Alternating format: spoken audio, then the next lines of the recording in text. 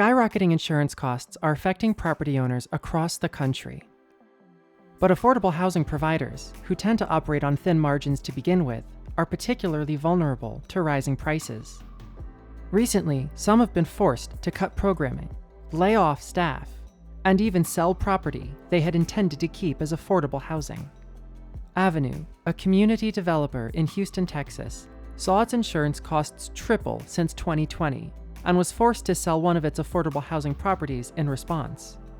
The site will likely be demolished and replaced with unaffordable market rate units, says Avenue CEO Mary Lawler. But something had to give. The whole portfolio is basically losing money at this point. We just can't go on like this.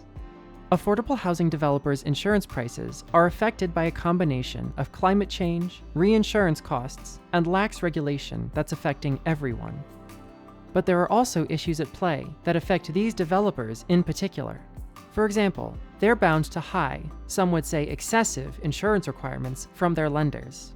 This is Logan O'Phelan, Director of Operations at Hollis Communities in North Hollywood, California. So not only are we required to have some understandable insurance, but we have to have this additional layer of liability coverage that some lenders are requiring that really protects them, but at the cost of potentially driving us and our affordable housing projects out of business. In addition, some insurance companies have begun asking about the number of people receiving Section 8 vouchers or similar assistance that a property is likely to house. Property managers believe insurers are increasing the price or denying coverage based on the presence of voucher holders.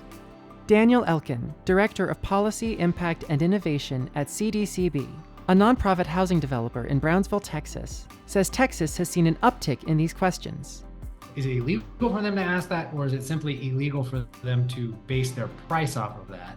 But of course, like we said, they're not asking that for no reason. They're asking for Section 8, they're asking for Section 42, precisely because that's most likely impacting their price moves.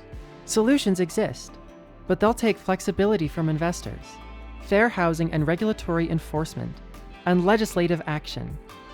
Will they come in time? Visit shelterforce.org to learn more, and sign up for our newsletter so you don't miss any coverage of this topic.